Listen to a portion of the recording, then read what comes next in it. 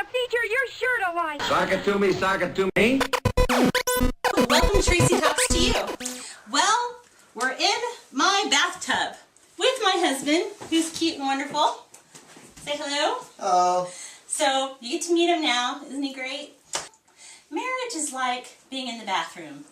The bathroom is where things are kind of private and closed and no one sees what goes on in there.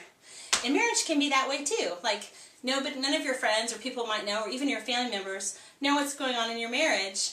And sometimes you're kind of suffering alone through situations because you don't want to let people know. Just like when you're in the bathroom, you kind of close the door. Nobody knows what goes on in the bathroom. So we're doing this episode from our bathroom, our bathtub, to teach you a few things we've learned over the years about marriage. Because we've been married 18 years. See, he remembered. He's great. And we've learned a few things. I can say that it wasn't until like year 10 where I learned how to be a bit like an okay wife. Before that, I was just guessing, and I was guessing wrong for a long time. And I really learned some things throughout the years. I think you've always been a great wife. Oh, see? Thanks, hon. So I try.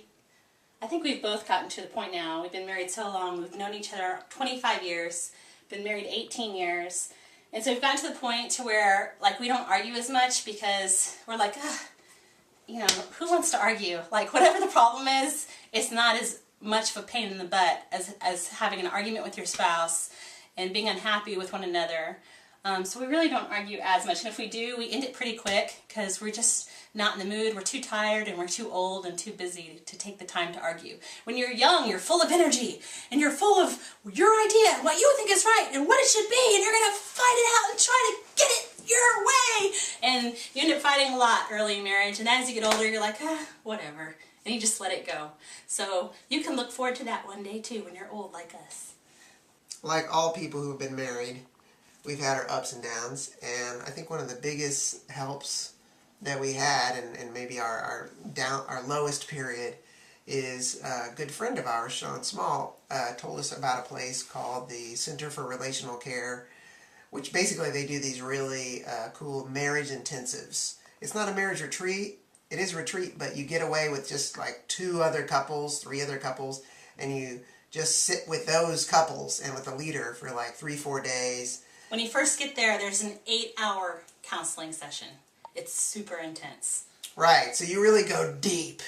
And then when you actually go to the, intensive, you just tear apart and put back together your whole life, basically. And so we did that, and it was an amazing experience. It was pretty expensive, but, what's worth more than your marriage? Yeah, if your car breaks, you got to fix it, right? If you total your car, you got to buy a new car. Well, what about if your marriage breaks and it's really stinky? Well, you have to fix that too. I think a lot of times when our marriage is stinky, we distance ourselves from our spouse and we give up. And we should do exactly the opposite. We need to draw closer to our spouse and work really hard at trying to get along. We read marriage books. I highly recommend The Proper Care and Feeding of Husbands by Dr. Laura Suchinger, that you can get at Barnes & Noble. She also has The Proper Care and Feeding of Marriage. She has great books. And what we'll do is if we're on a road trip, one of us will read the book out loud, and then whenever we have something to talk about the book, we'll stop and we'll talk about it and discuss it, and we'll go on. And we end up working through some of the deepest issues that are in our heart and our lives through reading these books together, either in the car or at night in bed. We'll do that.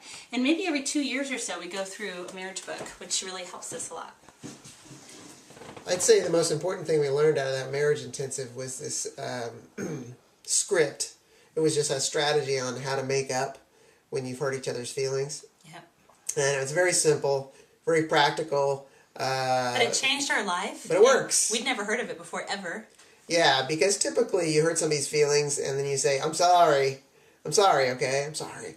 And then the other person doesn't really feel like you're sorry. And they're like, fine, and they still feel hurt. Sorry. So this is what you do instead. And we literally would have a piece of paper with a script and follow the script like a nerd.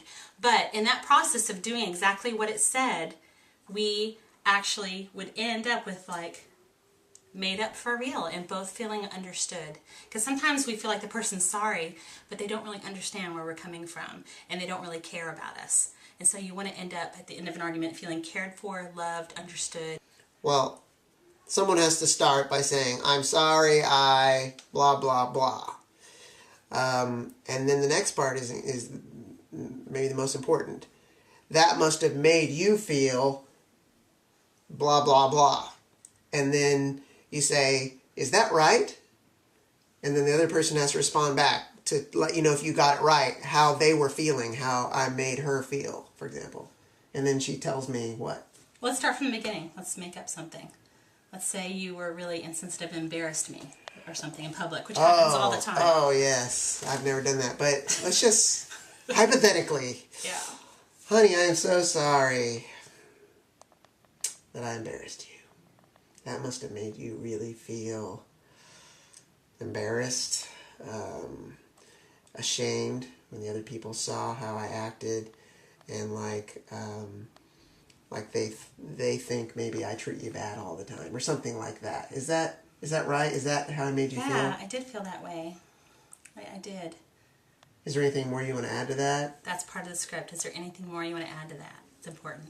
And then I say, well, because there is more, I'll say, yeah, you said that in front of my girlfriend who I've been trying to talk to about her marriage, and then you embarrassed me by treating me that way, and I thought, well, how can I talk to her and give her advice if it looks like we don't even have a good marriage? And I just felt stupid, like I was stupid. Then I reiterate it. This is the next part. So what you're saying is, I made you feel stupid because you were trying to give advice to this girlfriend, and I made it look like, how could you give her advice and help her when here we're such a mess? Is that right? Exactly. That's totally the way I felt. Okay. And then... then I feel understood. And then I feel better. Because I feel like he understands the way I feel. And really, what more can you want? So he kind of feels compassion. So he's saying he's sorry. But he's not just saying I'm sorry. He's saying I'm sorry for embarrassing you. And then he's finding out exactly how he embarrassed me. And then he asks me for more information on how he embarrassed me. And then... it's really like reiterating to her how she felt. That she knows that I actually understand how that made her feel. Mm-hmm. Or it could be the opposite way. And then you could end with maybe... For some reason, the husbands, though, seem to spend most of the time initiating this script, saying you're sorry. I don't understand that dynamic. But sometimes women get a little more emotional, offended in general, especially sometimes. I can imagine that. Yeah. Right. And you say, will you forgive me for embarrassing you? This is huge. I completely forgot it. Yeah. And will you forgive me? And then I'll and he doesn't say like, will you forgive me for embarrassing you? It's not like that. It's like, will you forgive me for embarrassing you? With like a compassionate, loving heart. And then I'll be like, okay. And then we need to like make up with maybe a kiss or a hug and pray together.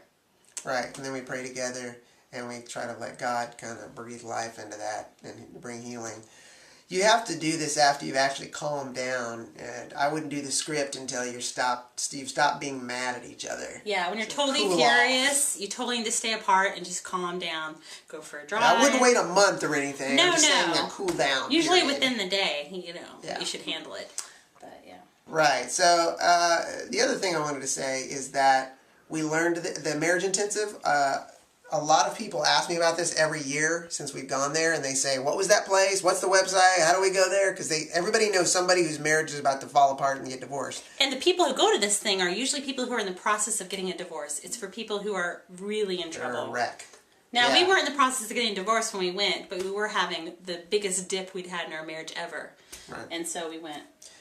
I've been to a lot of marriage conferences. This is not a marriage conference. This is an intensive and marriage-saving experience. Goes way beyond, and I think it's of the highest quality and excellence that I could possibly recommend. Absolutely. Another thing we learned there was how to have compassion for each other and how to give each other mercy and grace. Because I give mercy and grace to all my friends and everybody I knew. When it came to him, I wasn't doing it.